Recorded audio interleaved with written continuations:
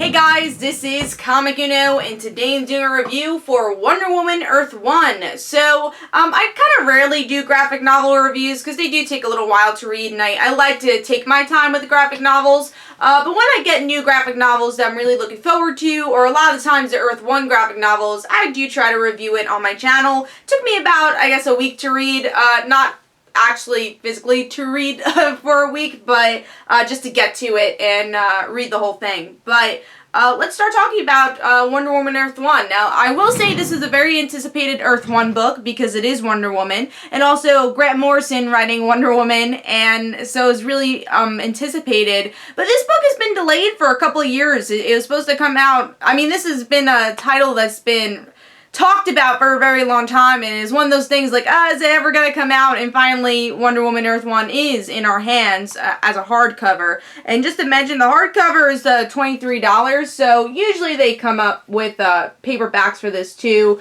But if you want the book now, again, especially for the anticipation, you might want to get it in hardcover, but it's a bit more expensive. But let's start talking about the story. Let's see what's going on. First of all, would like to say, really like this cover. Makes a lot of sense with the story of having chains all over her, and it's very much into Wonder Woman's mythology. So, talking about the artwork first, I wanted to say it's so gorgeous. Really love the layouts, put a lot of detail in just panel work and dividing the panels. So, I mean, that was definitely the highlight of the whole book, was how gorgeous this artwork was and how much detail they really put into it. So, I thought it worked really well with this comic. It's very bright, which I also think works very well with this type story. Just I'll show you one more with the lasso layout over there. So just gorgeous art. That again is the best part of the book, I will say, is the artwork. Now let's get into the story. So with this issue, we get to see a lot of the kind of different timelines. We have the beginning of the book kind of describing why the Amazons exist, why Paradise Island exists, and why they don't like men. That takes for a good like 5 to 10 pages. And then we get to the current timeline where it's not really the present, or it is the present, and they do another flashback where Wonder Woman's in chains, and we see that she's arrested, and you're like, oh, well, how did this happen? And then it goes back to how this happened. So there is a lot of back and forth in this book where I think they could have described the timelines a lot better in this book. It did get a little confusing at times to see, all right, what time period are we at now? Like, how long ago did she go to the man's world? I think they could have defined the timelines a little better. But yeah, it's mostly showing that Wonder Woman is curious about the man's world and not really liking what she saw. And then by the end of the issue, or the end of the graphic novel, this is a spoiler, so if you haven't read the comic yet, I am going to give you guys a little spoiler. We get to see the reason she's so attracted to the man's world is because she was the daughter of Hercules, actually, which makes the whole opening even stronger there. So, and that's how they kind of end it, is like, will she be queen because the mother lied, and she's like, oh, I can't be queen anymore, but that was kind of part of her whole plan, and she ends up not being queen. She wants to embrace the man's world and try to figure it out a little bit more.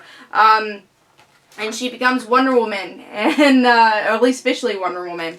And that's the end of the book. So what did I think overall about the story? I will say, I don't know if this story really provided a lot of new stuff for Wonder Woman. Now, there's a lot of interesting little tidbits, like that ending with Hercules, which is new to the Wonder Woman origin. You know, I would say I like that they kind of put in sexuality in this book, which I feel like Wonder Woman doesn't touch as often, at least the Paradise Island sexuality. So I thought that was pretty interesting. We get to see some moments with that, with Wonder Woman. But overall, like I said, the story is very plot-driven, and for a plot that we already know for the most part. If you've read, you know, origin stories of Wonder Woman, and I would say especially because A Legend of Wonder Woman is being released right now. It's a digital book, and also you get it printed.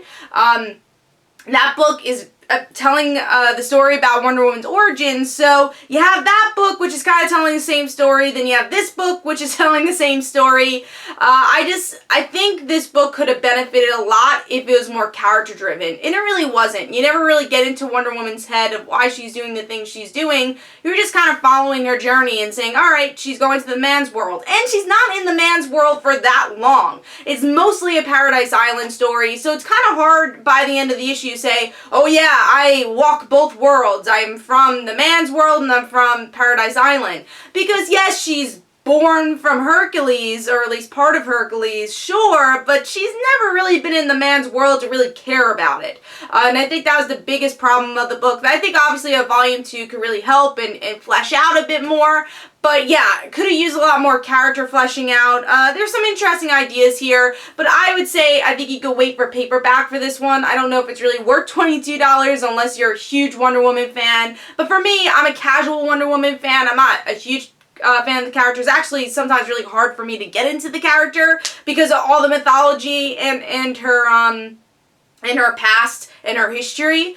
But I gave this 3 stars. I thought it was, you know, a good enough issue, but it didn't really blow me away. Maybe I'll lean a little bit more towards 3.5 because, again, gorgeous artwork. But the story, I wanted a little bit more from. But maybe a volume 2 will help that. So that is my opinion on Wonder Woman Earth 1. Let me know in the comments below what you thought. This is Comic You Know. Don't forget to follow me on Twitter.